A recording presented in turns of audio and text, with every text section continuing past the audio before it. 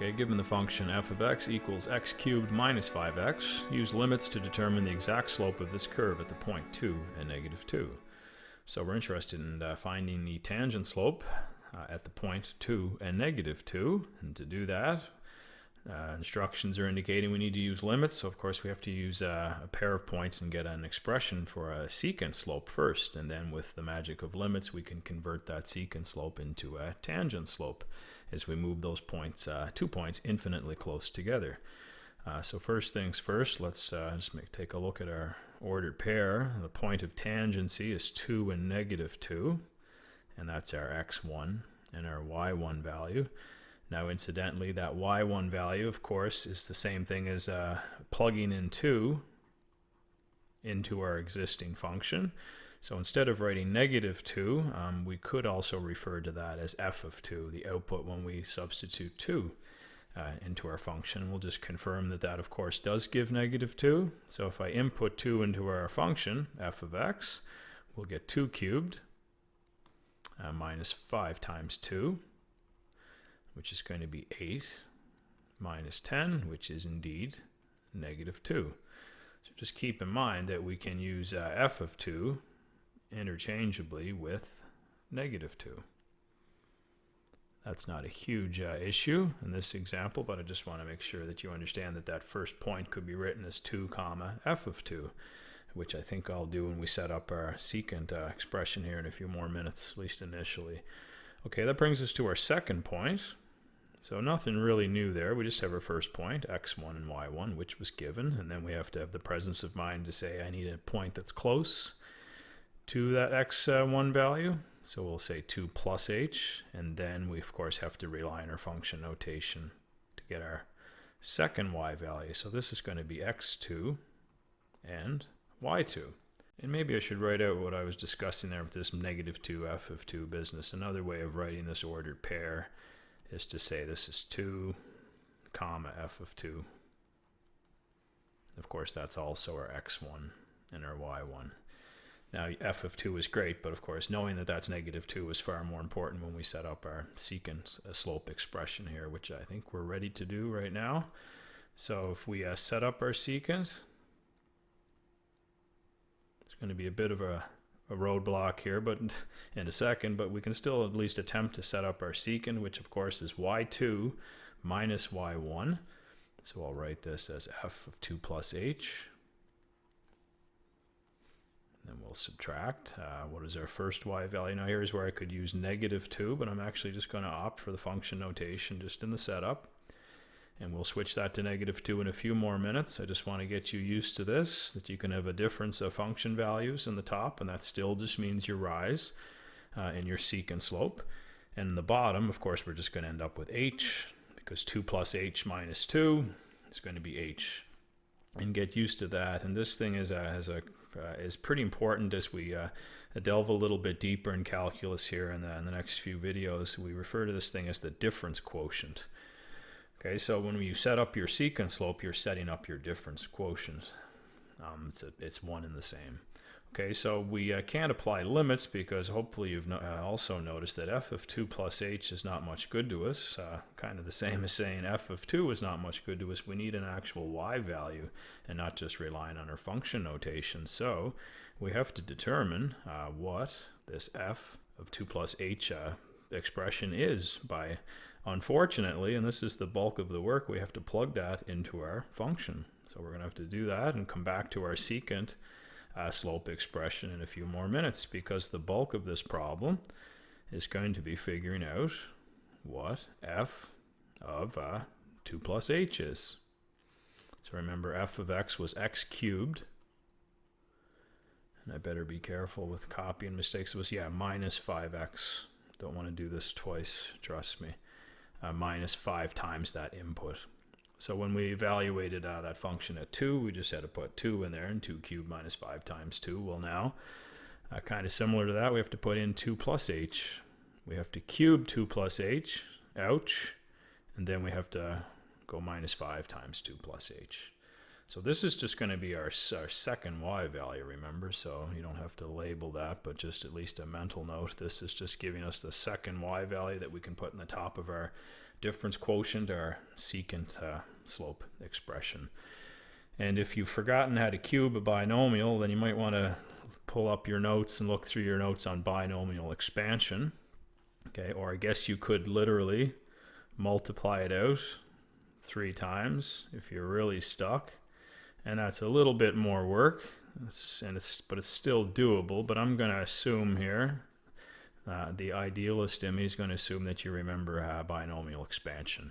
And just as a quick recap, of course, you're using Pascal's triangle. If you're raising something to the 3rd power, you have to be on the 3rd row, the one with the 3 in it along the diagonal, and those become your Pascal triangle. Coefficients, the so-called binomial coefficients, which remember are also combinations. So let's set up our 2 plus h cubed, so it's going to be 2 cubed. And I'm not going to bother putting the Pascal 1 in front of it. And then it's going to be plus the Pascal 3, and then it's going to be 2 squared multiplied by a single h. Remember, we had no h's in the first term, 3 2's multiplied, and in the second term we get 2 2's and 1 h, and those powers always have to add to give you your original power in your expansion, which is 3. And then we have another 3. Now we have 2 to the power of 1 and an h squared, and then finally a 1h cubed. And we might as well multiply this out and expand this as we're at it. And we have our second y value here, but we should probably clean it up a little bit. So minus 10 minus 5h. If we just do some arithmetic here, we have 8. And then I'll have 3 times 4, which is a 12h. And 3 times 2, 6h squared, plus h cubed. And then we got some like terms now that we can clean up. So our second y value, which I think is at least half of the problem, is calculating your second y value by inputting 2 plus h. We're almost done, and usually I sort it, starting with my highest power of h. So we'll have h cubed plus 6h squared, and keep in mind we do have some like terms. We got 12h and minus 5, so we'll definitely say plus 7h, and then our constants here, we have 8 minus 10, so that is minus 2.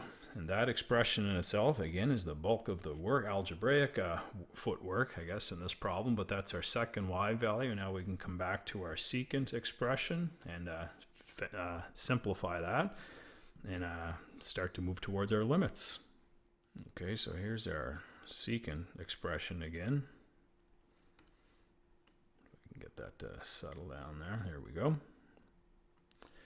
So that's going to be, I'm going to sub in, instead of f of 2 plus h, of course we're using that cubic expression there, which is going to be h cubed plus 6h squared plus 7h minus 2. And then we can subtract f of 2, if you remember that was a negative 2.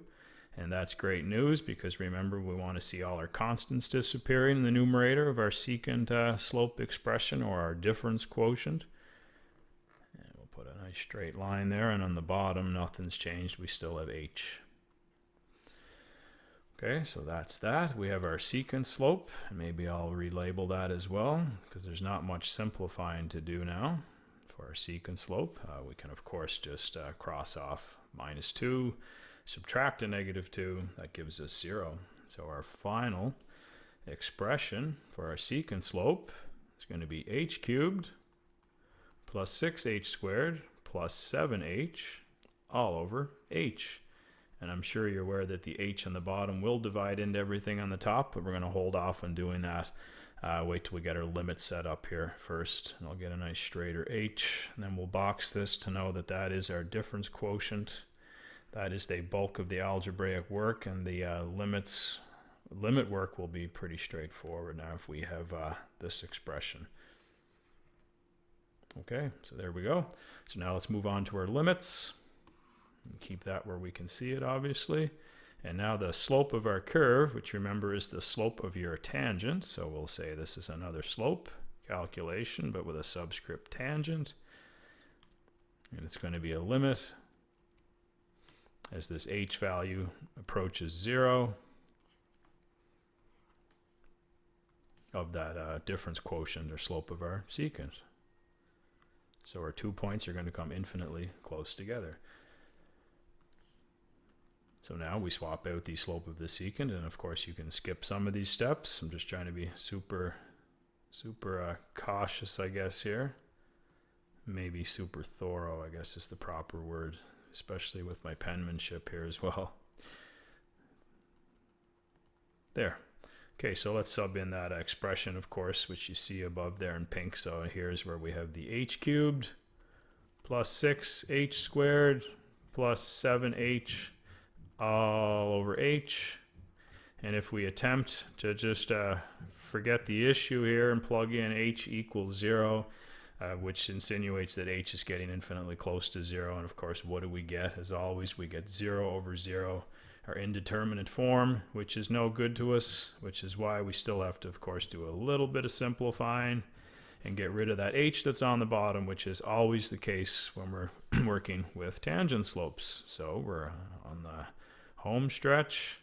We're just going to, I don't think I'm going to copy that out again. I'm just going to divide the h in the bottom into all three terms on the top. We're just going to say that's h squared. H divides into h cubed, h squared times into 6h squared, 6h, and then finally plus 7.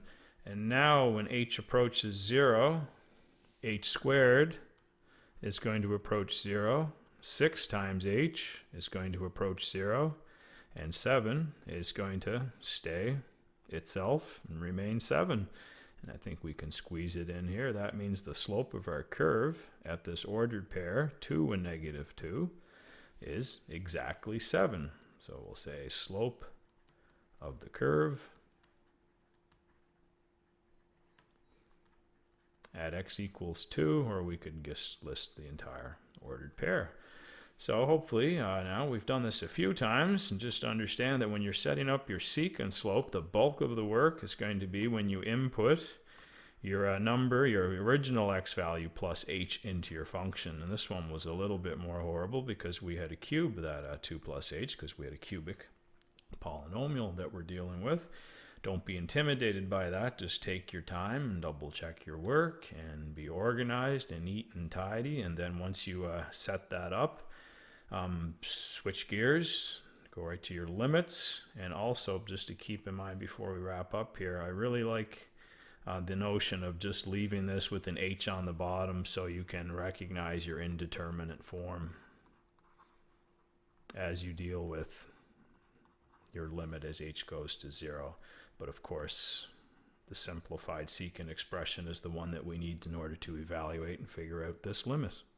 Okay, to wrap up here too, I thought we'd take a look at our geometry feature again and show you how you can actually determine your tangent slope, similar to the last video where we could use our geometry feature in the TI-Nspire to find our secant slope. So we'll open up a new document. So we have that geometry feature, and we'll go right to graphs, and we'll type in our cubic polynomial function, which is x cubed minus 5x, and that's what that thing looks like. And that annoying label, we'll just drag that out of the way. And then we want to trace our function, so that's under your menu, number 5, trace. These are your pretty much your standard graphing calculator chops here. And the point of tangency was at 2, so I'm just going to enter 2, my keypad here, and a number pad, and hit enter. And remember, there's the point right on your curve. Hit enter again, so the black label pops up, and there you have your point of tangency. So now we'll just hit escape. I like to move that label a little bit and get it out of the way. And we're going to not create a secant slope this time. We're going to go right to the tangent slope, which is the slope of the curve at 2 and negative 2. So that is in our menu under geometry. You might have actually seen this in the last video. Way down here below the line, there's a tangent. Okay, and incidentally, it takes a little bit longer to get up to this corner on the touchpad on the device, but it shows you how to use these each of these items here. It says click the object and then the location at which to create the tangent line. But since I already have the point, I'm just going to go ahead and click on the point, and that usually does the trick. The labels are a little bit on top of each other there, but we'll hit escape first so we don't accidentally put any more tangent lines on there. I'm going to drag this tangent line label out of the way, and hopefully you recognize that as a straight line, a y equals mx plus b equation. So of course the 7 is the slope of our tangent. And if for some reason you can't leave well enough alone, you can actually extend that line some. I wouldn't think you need to here, but if you want to make your tangent line as long as you need, go for it. But it was probably good the way that it was, so I'm going to go Control undo twice, because the last thing I want to show you is that if you're interested in finding that tangent slope anywhere else, you hit Control in the middle of your keypad here again. And I accidentally moved the whole thing, so I will definitely undo that back there, because I wanted to show you actually can drag it a little more gently all over the place, and you can see your tangent line equation there, and of course your x coefficient is going to tell you your slope, and you can play around and see some maybe some basic characteristics here. You can see you got some positive tangent slopes, a very special one up here at the maximum. You wouldn't know it by looking at the coefficient, but that's supposed to be returning 0. And then we got negative tangent slopes, another horizontal tangent, and then we got positive tangent slopes, which is how that cubic is playing out. If you want to go back to your original point of tangency, double click, type in 2, and hit enter. So that's a really valuable feature. Gives you the full equation of your tangent line, which something we'll start doing in future videos as well. Once we get our tangent slope, the rest is definitely some grade 10 linear function chops in order to put together your equation. So there it is, our third example, as we start to delve in deeper into calculus.